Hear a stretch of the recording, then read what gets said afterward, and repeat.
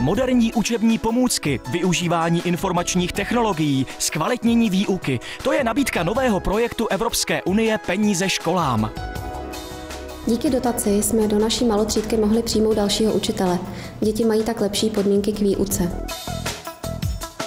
Z projektu Evropské unie Peníze školám jsme pro naši školu zakoupili další interaktivní tabule, které nám pomohly zatraktivnit vyučování. Projekt Evropské unie Peníze školám umožní snadné vyplňování žádostí pomocí tzv. Šablon.